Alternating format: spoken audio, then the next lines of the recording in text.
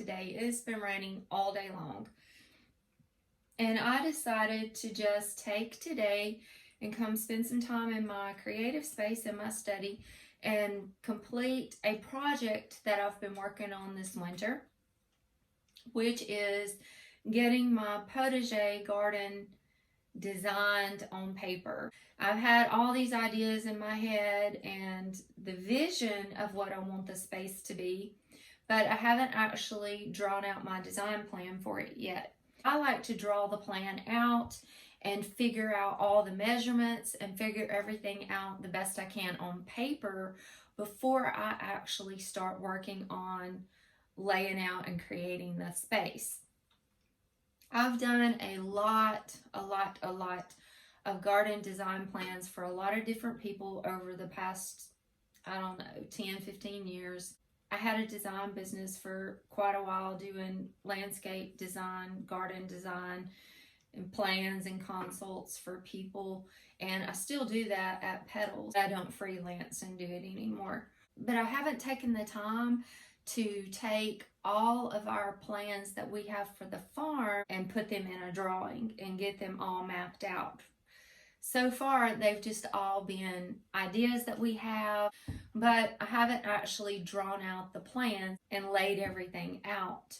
And I really love to have a garden plan, just something to work off of, something to kind of keep you focused, something to get all of your ideas on paper. Plus, it's a lot less expensive and a lot easier to make your mistakes on paper than it is to actually get out in your garden or in the space that you're working on and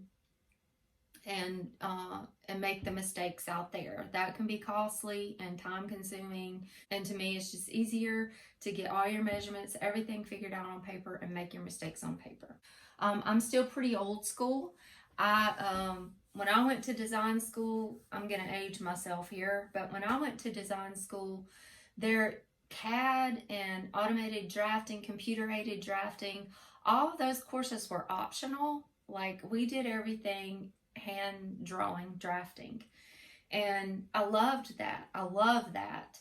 I did take computer-aided drafting in college. I took the classes, but I just really don't like it.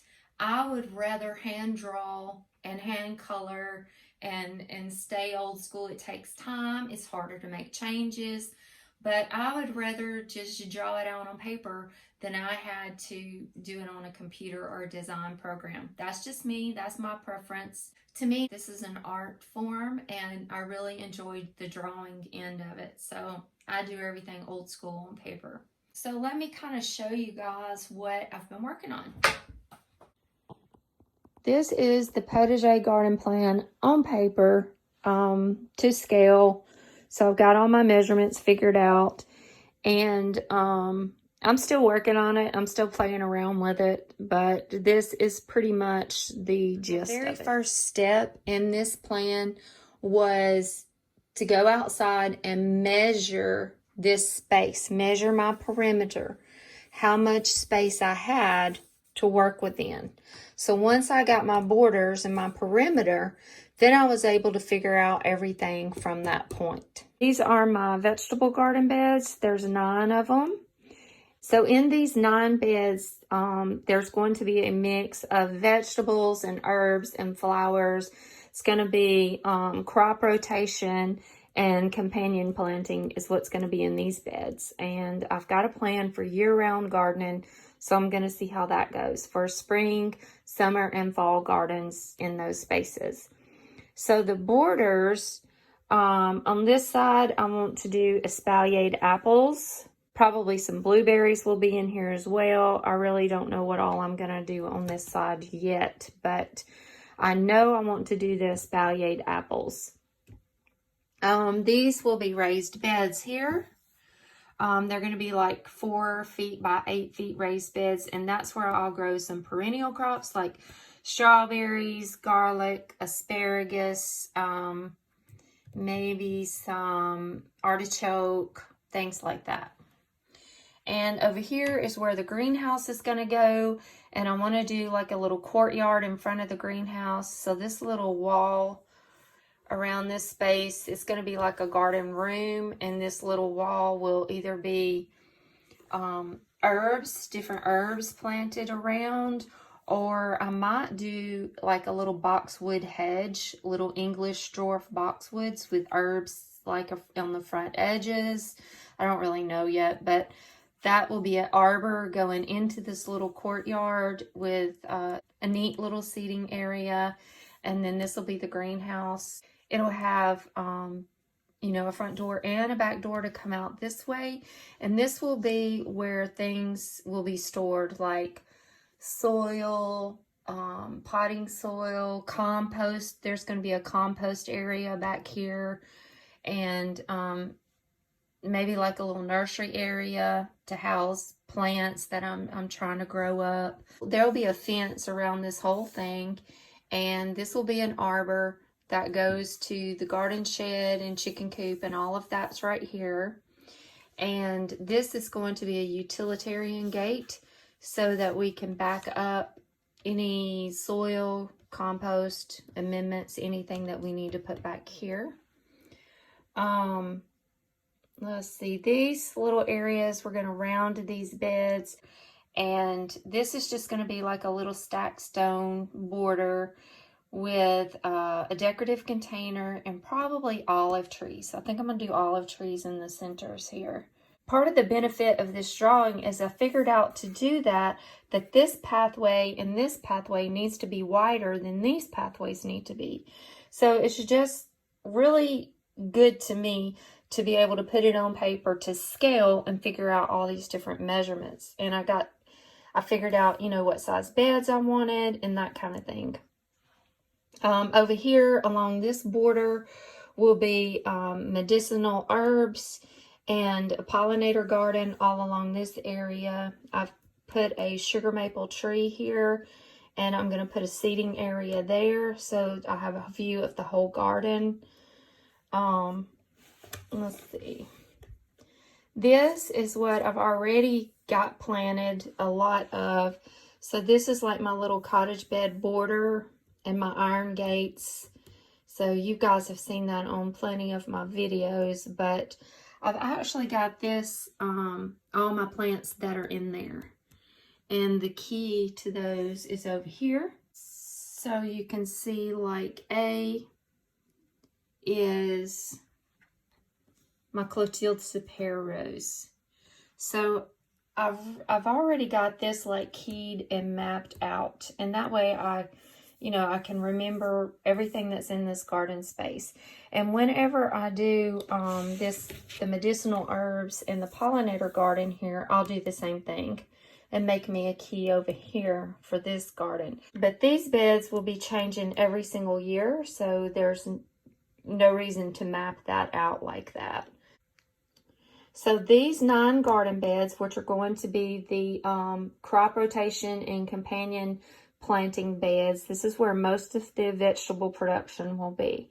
I've taken those and I've drawn up a plan for that on separate paper. This is just my overall plan to figure out my measurements and to figure out my design and to figure out the layout. And like I said, I'm still playing with it. I'm still working on it, but this is the basic map and plan of what we're going to do with the measurements. So I took these 9 beds and I drew up these plans for those 9 beds for crop rotation and companion planting in each bed.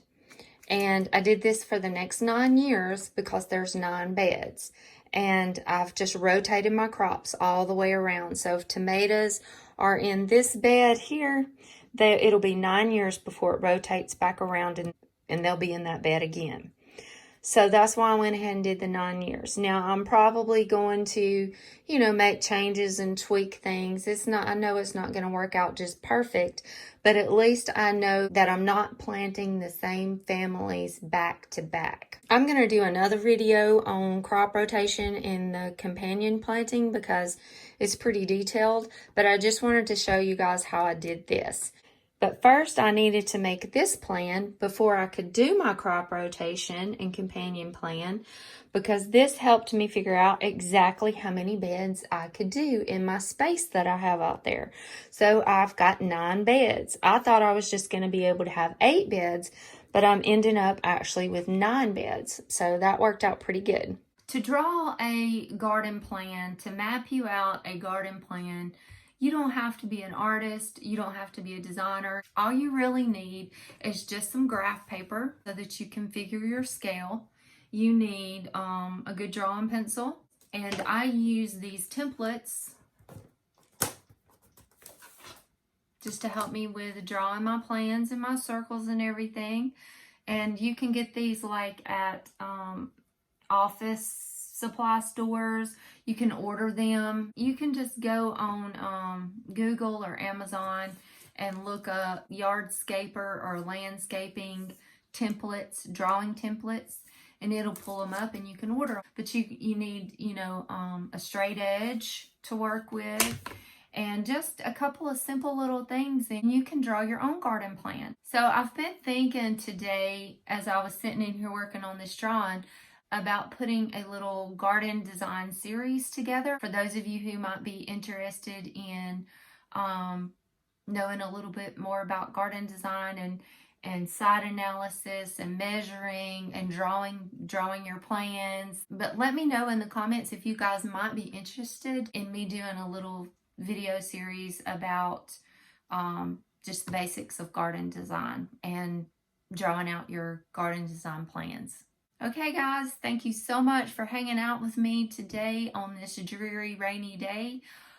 You know, I really don't mind rainy days because that's when you get to get things like this done. But again, thanks for hanging out with me. Leave me a comment below if you'd like for me to do that little video series on garden design.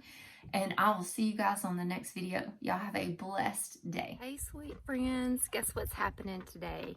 I got home and Jean is outside with string and measure tape and post, and we're marking out the potager and getting it exactly right and marking out like the whole design of the potager. And he's getting the beds prepped to till, and I'm super stoked about this because everything that's been in my head and that I've put on paper and on my design plan is like happening.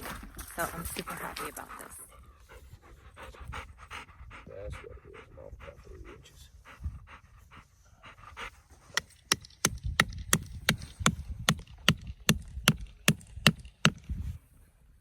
Alright, it's squared out.